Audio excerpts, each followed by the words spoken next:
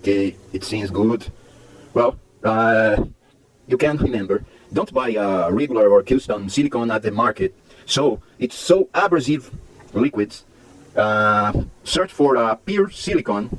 So you cannot use some abrasive products here in this plastic lens or crystal lens. So don't buy a regular or custom silicone at the market, okay? Search for a good silicone, good and pure silicone, like in from Xerox, okay?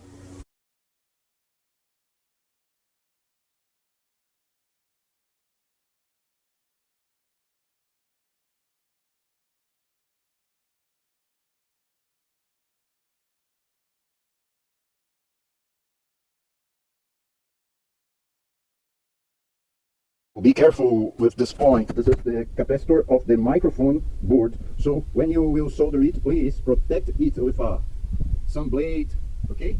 Because it's so fragile and it's too near the plastic connector. It's too near to the plastic connector, so you should to use some paper blade or metallic blade. No problem. It's perfect now. Well, let me see.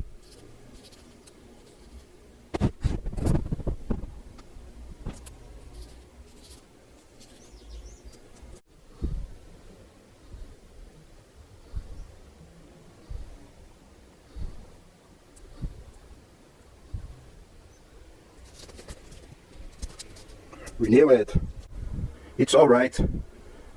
We must pay attention to this capacitor. It must have one of its legs soldered to the ground pin of the radio housing, and the other leg will be on the microphone connector board. The importance of this capacitor is in the fact of filtering noise that may appear between the negative pole of the microphone signal and the negative pole grounded to the radio chassis. Okay? So, go ahead.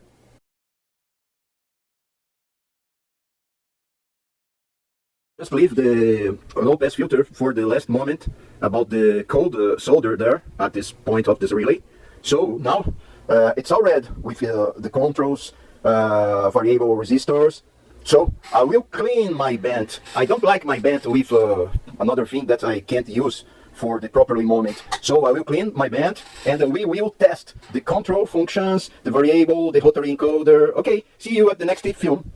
Well, the radio is here with now your plastic mask, so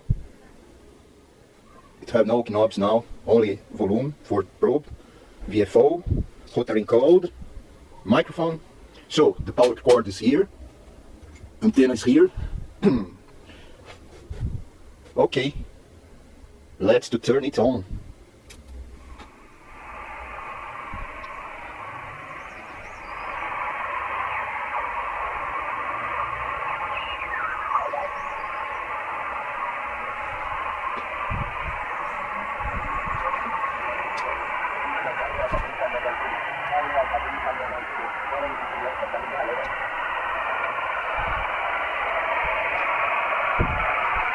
I yet no provide the low pass filter relay, okay?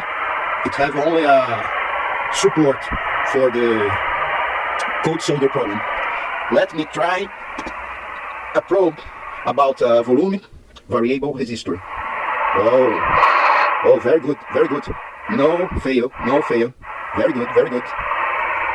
So, let me see about the rotary encoder. Oh my god. Oh, it's not good. It's not good. Oh my god. And just hope for it. Oh, no problem. I will try to repair this encoder again. No problem. Let's work. See you at the next film.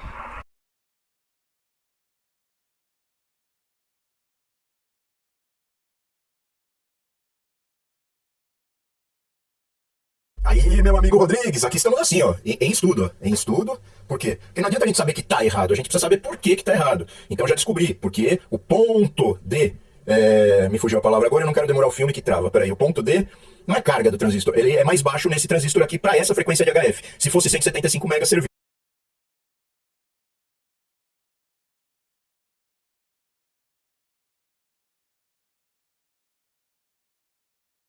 Então já vou ver sua mensagem que eu tava filmando. Isso daqui é assim, ó, record current before adjusting, tá beleza. Pega o VR1, VR2, volta pro nível 0, né, counterclockwise, anti-horário.